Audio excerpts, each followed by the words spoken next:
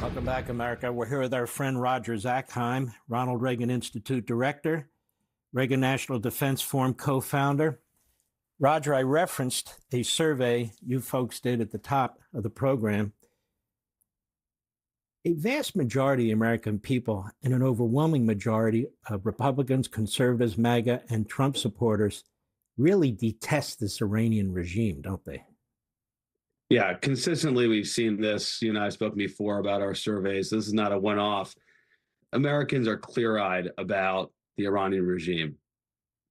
To the tune of 80% view Iran as an adversary. They're right up there with the rest of the axis, Russia and China. And so naturally, they're looking at this set of actions and the memorandum of understanding, and they're thinking, okay, how does this line up with what I've come to learn about a regime that is exporting evil within the Middle East and around the world? And they know this regime has killed Americans, it's kidnapped Americans, it funds terrorism, tried to assassinate the president and his daughter. And so only the most perverse of the perverse really either endorse this regime or don't want us to do anything about it. And your numbers seem to show something very interesting that's being ignored widely and causes me great concern. So I wanted you to talk about it. What does your survey show about the general population, Republicans, MAGA conservatives, Trump supporters?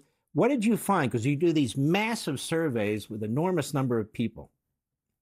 Yeah, I mean, like you, we believe in we the people, right? We want to understand exactly where the American people are on these questions of foreign policy, national security, and defense.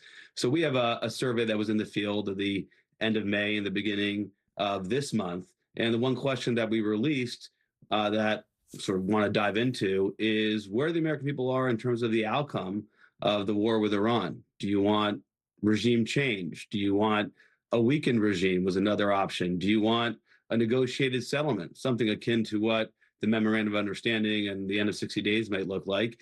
And then, of course, we have the option of I don't know. And it turns out that if you combine those who want a regime change or a weakened regime, it's a majority of Americans want that outcome to the tune of 52%. About 39% would like a negotiated settlement. Now that's overall.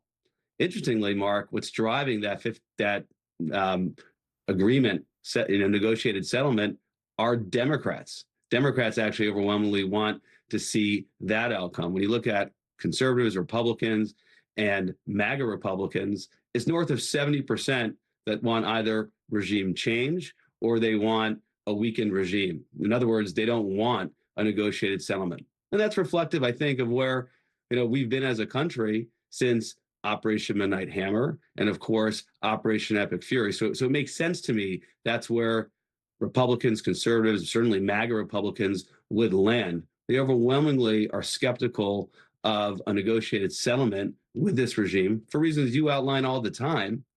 And they've seen the success we've had over the years, from maximum pressure to Operation Economic Fury, and of course, what our amazing military has done under President Trump's leadership over the past year and a half plus since he's returned to office. So I think that's the orientation of the American people overall, but certainly conservatives, Republicans, and especially MAGA Republicans.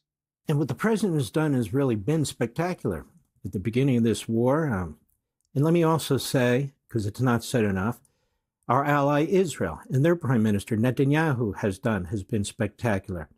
Our military forces were fused together, fighting side by side, massive victories over their Navy, over their Air Force, over their ground-to-air systems, over their missile systems, and on and on and on. And then we hit the brakes and we went into a ceasefire. But that said, what you seem to be telling me is your survey shows that Republicans, conservatives, MAGA, Trump supporters like victory. Is that all that unusual for the American people?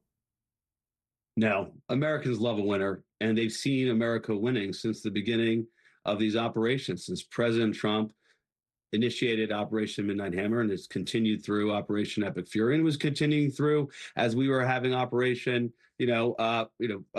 Freedom Passage, where we had our ships going through the Strait of Hormuz. All of this, was demonstration that the United States had the upper hand, had the leverage over the Iranian regime. And you're right to mention Israel as well. President Trump, his Secretary of War, Pete Hegseth, they refer to Israel as the model ally because that's what they are. No other country has as successfully operated with the United States in a military option like we've seen over the past year and a half. You have to go back to World War II, if that. That's remarkable. That's really unprecedented. Israel's not alone. I mean, in part because of President Trump's efforts, what he did with the Abraham Accords, Israel stands stronger and prouder than it has ever before.